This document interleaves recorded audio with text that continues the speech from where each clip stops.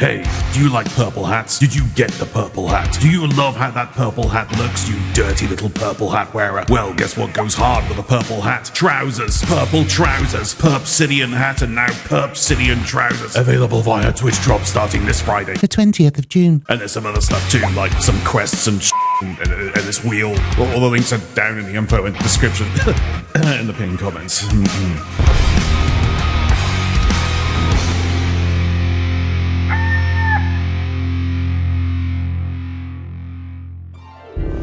Hey, you beautiful buccaneers, Falcore here. Today we're talking about something that's been a thorn in the side of many Sea of Thieves players, the Field of View slider.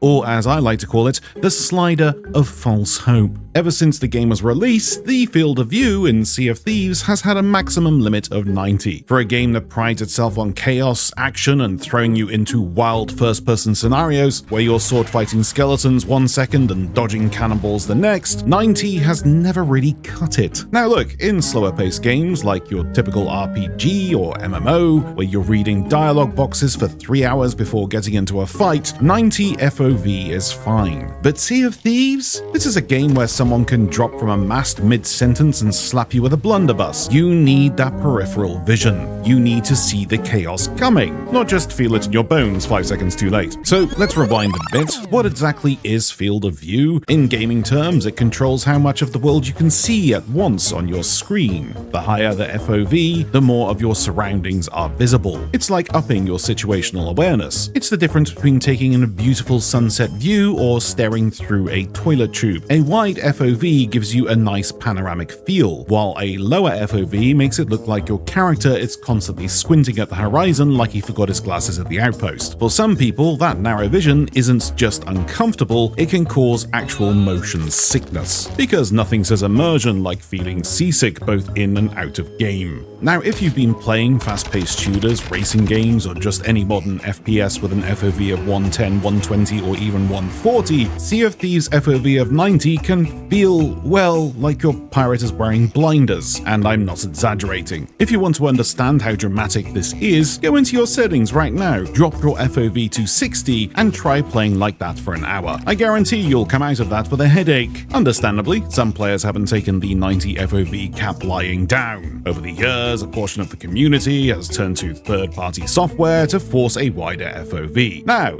yes, that's controversial. Sea of Thieves is an online service game, and third-party tools in any online environment usually set off alarm bells. But let's be real, this isn't a cheat that gives you unlimited gold or aimbot precision, it's literally just making the game look less like a tunnel. People using these tools aren't gaining some massive PvP edge, even though they will religiously say they are. They're just trying to not feel like they're viewing their world through a car exhaust. At the end of the day, it's a preference thing. Believe me, when you're used to playing games with an FOV of 140, stepping into Sea of Thieves feels like you've shrunk your pirate's head 2 sizes too small. But here's the good news, ladies and gentlemen, and I mean actual good news, not we're just adding another lantern cosmetic news. In a recent dev update video, Rare finally confirmed they're raising the FOV cap from 90 to 110. Now, not a massive leap, but a much needed one, and honestly, it's about time. As Drew explained, the devs had to strike a balance. They wanted to give players more room to breathe without breaking the game or tanking performance. And yes, if you're wondering, increasing FOV can hurt your FPS. When you're seeing more of the world, your system has to render more, process more, and basically work overtime just so you can admire the scenery and still not see that keg player sneaking up behind you. And also keep in mind, the majority of players in Sea of Thieves are on consoles, essentially limited hardware. Plus, Sea of Thieves wasn't built for ultra-wide FOVs. Go past 110 and you start seeing weird stuff, floating arms, dislocated shoulders, cursed textures. You don't want to feel like you've accidentally summoned a graphical kraken every time you turn your camera. So 110 is where they're drawing the line, at least for now. It's not perfect, but it's a step in the right direction. For most players, this means a much more comfortable experience, and hopefully less reliance on third-party fixes just to make the game playable for them. It's a much requested quality of life feature, and to be honest, I'm glad they're adding it.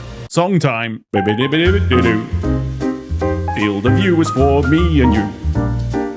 Field of View is for the people who want to see through their eyes. Yeah!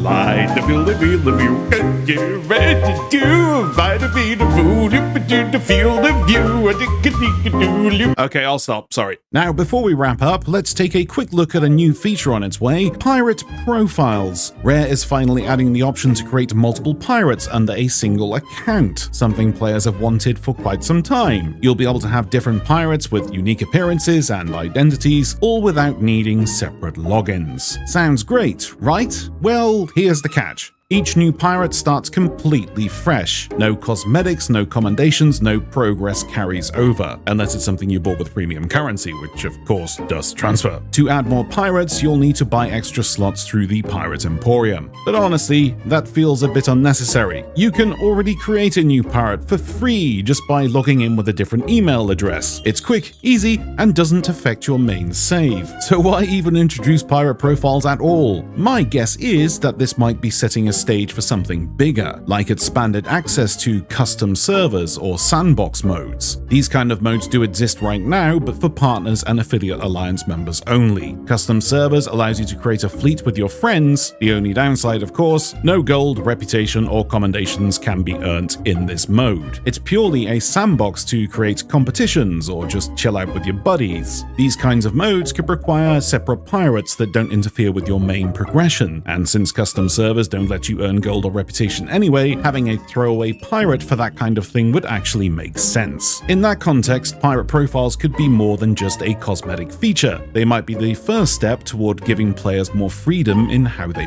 play. So yeah, right now it feels a bit half-baked, but could evolve into something useful.